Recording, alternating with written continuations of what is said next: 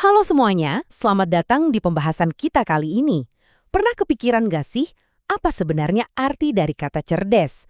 Apakah itu selalu tentang punya skor IQ tinggi, gelar sarjana berderet, atau jago ngitung rumus yang super rumit? Nah, gimana kalau definisi kecerdasan yang selama ini kita tahu ternyata terlalu sempit? Hari ini, kita bakal membedah sebuah konsep yang luar biasa banget dari teks klasik, yaitu surat ke-40, Ghafir. Kita akan pakai ini sebagai cetak biru buat benar-benar memahami apa yang disebut sebagai kecerdasan kosmik, yaitu kecerdasan alam semesta itu sendiri. Jadi siap-siap ya, karena cara Anda memandang alam semesta dan akal pikiran Anda sendiri bakal segera berubah. Oke, mari kita selami ini. Kita mendefinisikan kecerdasan kosmik ini sebagai kecerdasan alam semesta, yang ukurannya adalah ketundukan sempurna terhadap hukum-hukum Tuhan. Di dalam teks Ghafir ini, kecerdasan sejati itu sama sekali bukan tentang kesombongan intelektual atau sekedar skill teknis. Kecerdasan sejati adalah saat kita bisa beroperasi dalam harmoni yang sempurna dengan hukum Sang Pencipta. Bayangin aja, persis kayak atom yang bergetar pada frekuensinya, atau galaksi yang terus berputar pada porosnya tanpa pernah melenceng sedikit pun. Alam semesta ini luar biasa cerdas justru karena ia tunduk dengan sempurna. Dan kita, manusia, dikasih akal itu buat menangkap kecerdasan ini, bukan malah sok-sokan menandinginya. Nah, biar lebih gampang ngikutinnya, ini peta jalan eksplorasi kita hari ini. Pertama, kecerdasan alam semesta. Kedua, bukti tertinggi. Ketiga, strategi melawan kesombongan. Keempat, koneksi kosmik. Dan kelima, bertindak sebelum waktu habis. Langsung aja kita masuk ke bagian pertama, kecerdasan alam semesta, dan kita lihat makna di balik nama Ghafir. Jadi begini, teks ke-40 ini unik banget karena punya dua nama penanda. Ghafir yang artinya yang maha pengampun, ini melambangkan kekuasaan, dan Al-Mu'min atau orang yang beriman yang melambangkan respons kita sebagai manusia. Nah, di ruang antara kekuasaan Tuhan dan keimanan manusia itulah kecerdasan sejati bekerja. Dan coba perhatikan baik-baik kutipan dari ayat ke-57 ini. Sungguh penciptaan langit dan bumi lebih besar daripada penciptaan manusia, tetapi kebanyakan manusia tidak mengetahui. Coba biarkan kata-kata itu meresap sebentar. Langit yang luas, bintang-bintang, miliaran galaksi yang bergerak seimbang, itu semua jauh-jauh lebih masif dan kompleks dari kita. Tapi kenyataannya, betapa sering kita sebagai manusia ngerasa sombong dan mikir kalau kita ini pusat dari segalanya. Ayat ini benar-benar menampar ego kita. Orang yang benar-benar cerdas pasti sadar betapa kecilnya mereka dibanding alam semesta ini dan mengakui kebesaran penciptanya. Kesadaran inilah yang membawa kita ke bagian kedua, bukti tertinggi, yaitu kecerdasan para malaikat. Kalau kita cari wujud tertinggi dari kecerdasan kosmik ini, profilnya ada pada para malaikat. Mereka ini entitas yang posisinya paling dekat dengan sumber segala kekuasaan. Tapi lihat cara mereka beroperasi dengan ketundukan yang mutlak. Mereka secara konstan sadar akan kebesaran Tuhan dan terus bertasbih. Tapi, poin ketiga ini nih yang paling bikin takjub. Mereka itu sama sekali nggak egois. Kecerdasan tingkat tertinggi nyatanya termanifestasi dalam bentuk kepedulian.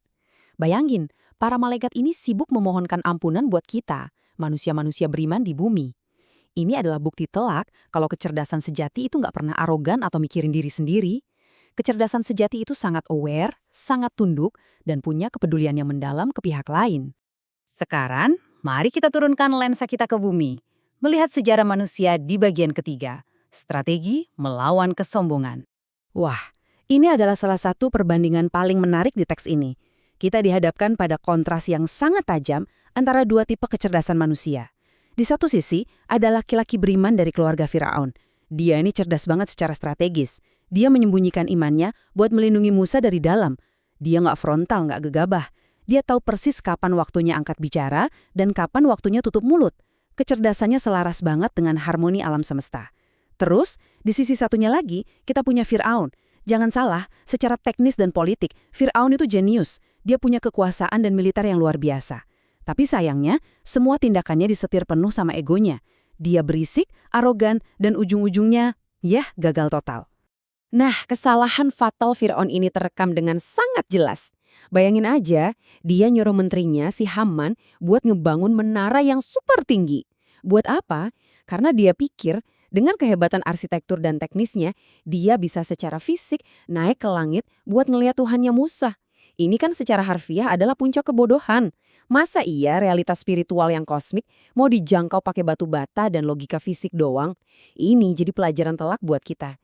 Kehebatan teknologi atau skill teknis yang dibangun di atas kesombongan tanpa setetes pun kerendahan hati adalah kebodohan absolut. Menolak kebenaran cuma gara-gara ego gede itu sama sekali nggak cerdas. Kalau kita bongkar lebih dalam lewat tabel perbandingan ini, kita bakal nemuin pola yang bikin merinding. Alam semesta dan kecerdasan ideal manusia itu sumbernya sama, dari Tuhan. Tapi karakteristiknya beda. Alam semesta itu selalu teratur, konsisten, presisi. Kenapa? Karena dia nggak punya kehendak bebas. Keterbatasannya itulah yang bikin dia tunduk sempurna. Sementara kita, kecerdasan manusia itu adaptif dan kreatif karena kita punya kehendak bebas. Tapi disinilah letak jebakannya. Kita dibatasi oleh waktu, ruang, dan, ya, ego kita sendiri. Kebebasan kita ini pisau bermata dua. Bisa bawa kita keselamatan kalau dipakai dengan benar, atau malah bawa kehancuran kalau kita biarin ego nyetir, kayak Fir'aun tadi. Terus, gimana dong caranya? Kita manusia yang penuh batasan dan ego ini bisa selamat. Kita bahas solusinya di bagian keempat, koneksi kosmik dan gimana doa berfungsi sebagai jaringan.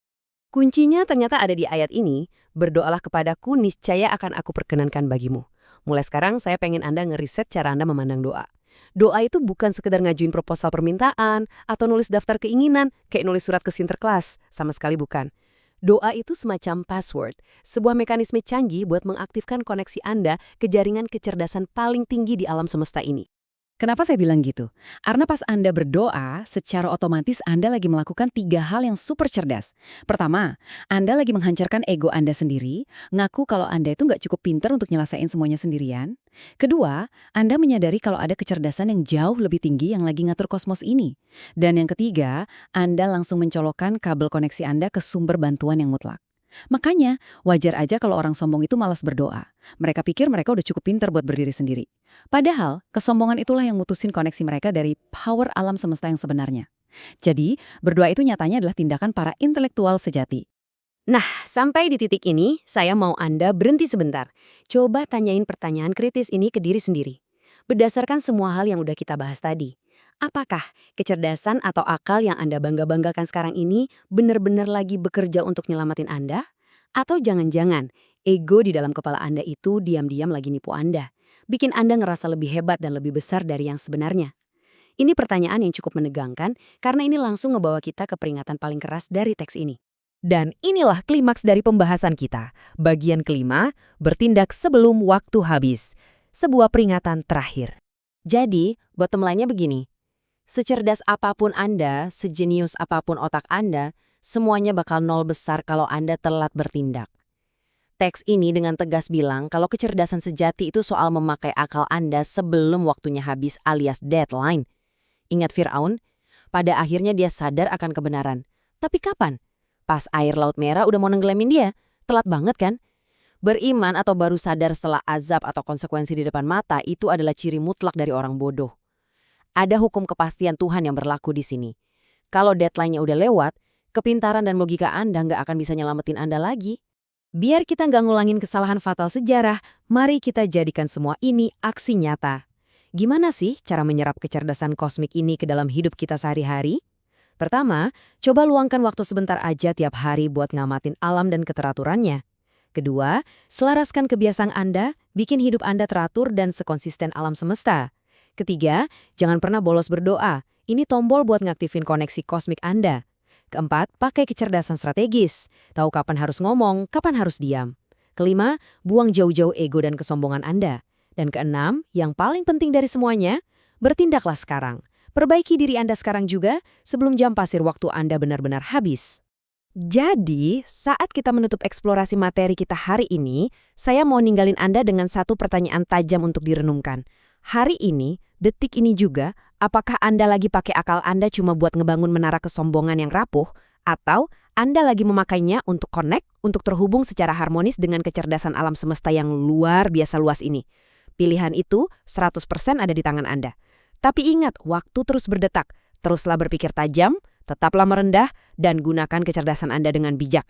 Sampai jumpa di eksplorasi seru kita berikutnya.